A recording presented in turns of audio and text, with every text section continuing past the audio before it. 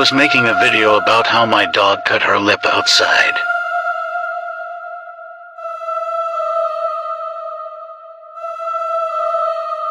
Until I saw something black in the corner of my backyard.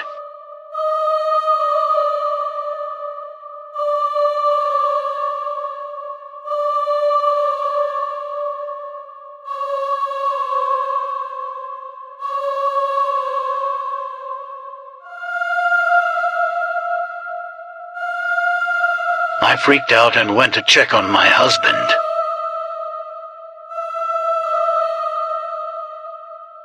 It's only me and him. We called the cops later.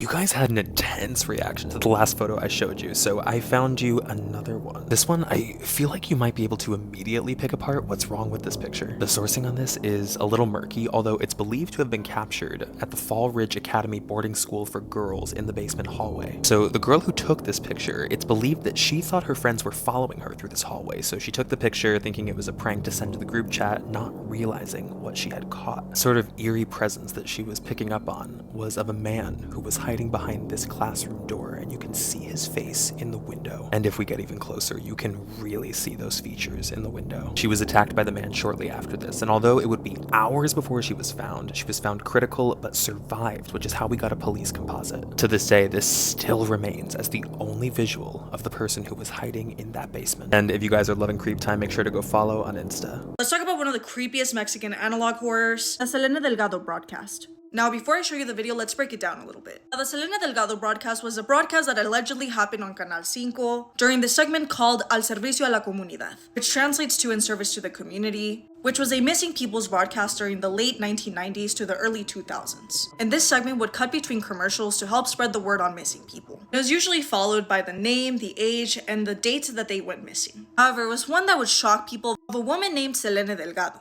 who was a woman that went missing on April 22nd in Álvaro Obregón, Mexico City. But allegedly, during her broadcast, which apparently cut during a kids' TV show, her picture gets interrupted by this. De 18 años se extravió el 22 de abril en la delegación Álvaro Obregón. Selena Delgado López se ignora su paradero desde el 28 de mayo del año 2000.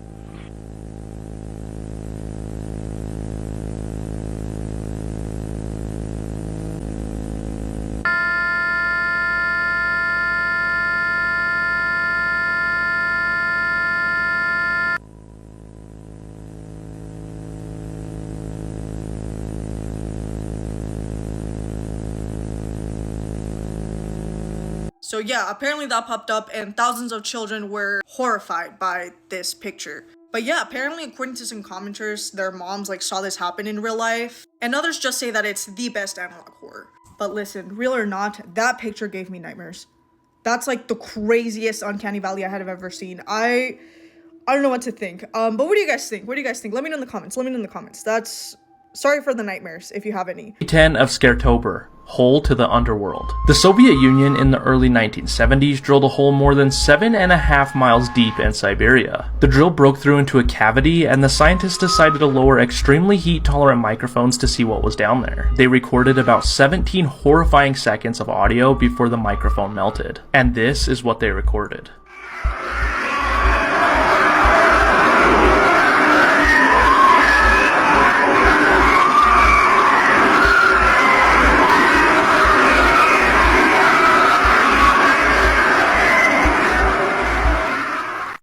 Yes, hello, it's Spooky Lake Month, where we're doing 31 days of haunted hydrology, and today we have to talk about the absolute horror that is the Niagara Falls Ice Bridge. There are so many spooky stories that I could do about the Niagara Falls, considering that some 5,000 people have died here in recent history, including all of the human remains that they found at the base of the American Niagara Falls when they turned it off in 1969. But we're here to talk about the 3 people that died on February 4th, 1912, when an ice bridge collapsed and swept them downstream. It's kind of hard to believe today, but it was commonplace in the late 1800s and early 1900s for people to walk on the ice below the Niagara Falls. The ice in this bridge that spanned between Canada and the United States could be up to 8 feet thick, which is why people had a tendency to trust it. Hundreds of people would come to visit this natural phenomenon where savvy businessmen would set up shacks on the ice selling food and refreshments. People would go sledding and have snowball fights. But this all changed on a single day in February in 1912 when 35 people were out on the ice bridge which spanned from shore to shore. Suddenly and without warning, the ice cracked beneath their feet and people scrambled, terrified to get to either of the shores. Unfortunately, 4 people remained on the ice as rivers of water began to appear between the cracks. 2 young men by the name of Burl and Ignatius were trapped on the ice as it began to separate from the shoreline. Ignatius made a fast decision, jumping directly into the freezing water where he swam ashore to be rescued. However, Burl turned back because he heard the cries of Clara and Eldridge Stanton, who remained on the ice. This heroic act would cost Burl his life as the 3 of them became trapped on an iceberg that quickly moved down the river. The first hour is fairly calm while they drift down on their ice raft, but eventually they're going to reach rapids and then the Niagara Whirlpool. At the second bridge before the rapids, they were able to get a rope down to Burl where he caught it and had a hold on it, but he was dragged through the water and lost his grip.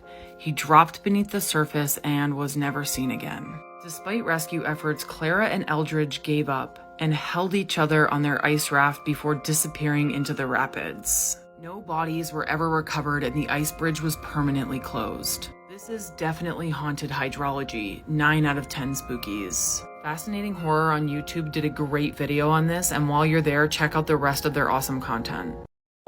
So you may not know this, but I'm a real estate agent up in Northern California. Yesterday, this sweet old lady called me asking me if I could help her list her house. She told me it was fully furnished and wanted to sell it as is. Of course, I jumped at the opportunity. One of the most exciting things about my job is going and checking out time capsule properties like this. The tricky thing about this house is that it's not on a permanent foundation, so it's going to be hard for any buyer to get financing on it, so it has to be a cash deal. After getting inside, I could tell that nobody had been in here for a really long time. Everything, it was perfectly in its place. I love this old wallpaper, and I was really fixated on this toaster oven. I already have a lot of footage recorded of me at the house, but there were some areas where I got some really scary vibes, like the upstairs. I refused to go upstairs. I'll show you that in a part 2. Game is called Between Worlds, a game where you travel between this world and the spirit world to speak to a past loved one. To play this game, you'll need a chair, a candle, and an object to remind you you're alive. Light the candle, sit on the chair, and scream the name of the person you wish to see. The room will become very foggy. The Adjust Man will try to convince you you're unalive. Should I play this game? Do you remember the show Wife Swap? They take 2 families who couldn't be more opposite and switch the mothers for 2 weeks. But have you ever heard of the Wife Swap murders? The Stockdale family appeared on the show in 2008. Tim and Kathy Stockdale lived on a rural farm in Ohio with their 4 sons, Calvin, Charles, Jacob, and James. Kathy and Tim were extremely strict with their sons. They were homeschooled and expected to run their family farm. Video games and TV were not allowed. Instead, the boys would earn tokens so they could listen to their favorite radio programs. And those programs had to be pre-approved by Tim or Kathy. The boys were also not allowed to date.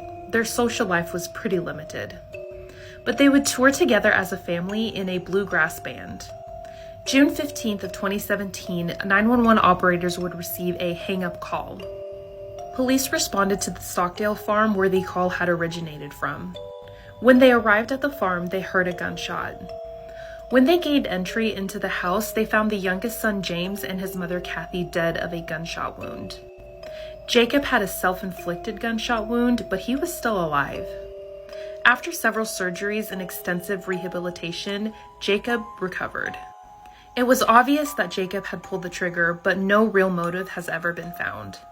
The oldest 2 boys had gotten married and moved out. That left Jacob and James at home with their parents. After Jacob had recovered enough, they indicted him on murder charges. And in April of 2021, Jacob pled guilty to 2 counts of murder. Jacob's father, Tim, asked the judge to go easy on him, but despite this, he was given 2 15-year sentences that were to run consecutively. Jacob will be eligible for parole in 2048. So do you think 30 years is enough time? Let me know in the comments and follow for more true crime. Sometimes true for stranger than fiction. The case of Richard Trenton Chase is a story which even the most depraved horror writer would struggle to create. Over the course of 4 weeks spanning across 1977 and 1978, Richard Chase took the lives of 6 innocent victims in Sacramento, California. His murders gradually progressed in violence, beginning with drive-by shootings and culminating in acts of cannibalism. Videos that make my skin crawl. This man stayed in a suite that he thought was a luxury suite, but what he finds hidden in the bathroom cupboard will make you never want to stay anywhere ever again. I thought hidden cameras in Airbnbs were bad, but this just blows that out of the water. This man was staying at a resort, and his room was one of the nicer rooms available. He starts by showing us into the bathroom. Looks divine. A standalone bath surrounded by clouded glass walls. How perfectly soothing to relax in, right? Not quite. There were a few full-length cupboards in the bathroom, but what he finds in the second one makes me feel sick.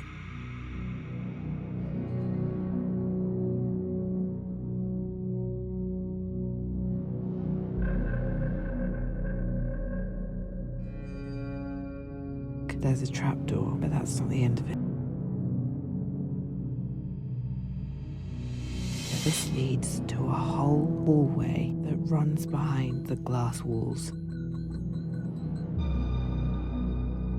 Imagine taking a bath with an audience, as if this huge hidden corridor behind the wardrobe wasn't enough. There's yet another trapdoor. This leads to some kind of cellar, dungeon-looking room. What the hell is this? Is this just the layout of an old building? Or is this set up for something more sinister? Why have the trapdoor through the wardrobe from the hall and the dungeon? Who needs to be going into that room from the outside? What do you think this is? Is this normal for hotels?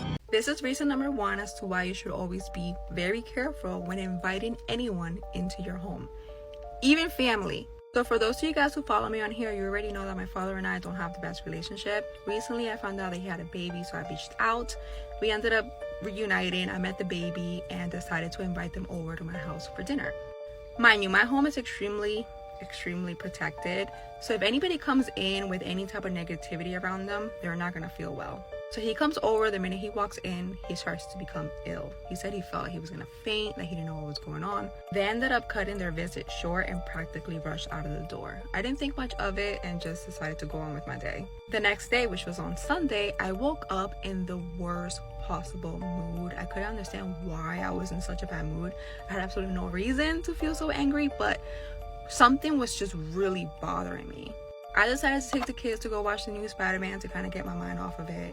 Once I left the house, I realized that I no longer felt like that anger. Like, it was gone and I felt fine. But the minute we went back home, I started to feel angry again. Decided to ignore it. I don't know why I keep ignoring things. Decided to ignore it, went about my day. That Monday I wake up, when I go downstairs, I notice that the house is dark. Like, there's this darkness around the house. My house is extremely light. My shades are always open. I don't like darkness. But again, busy with work, I kind of just get ready and go about my day. When I get home later on that day, the house has this weird, like, rotting smell.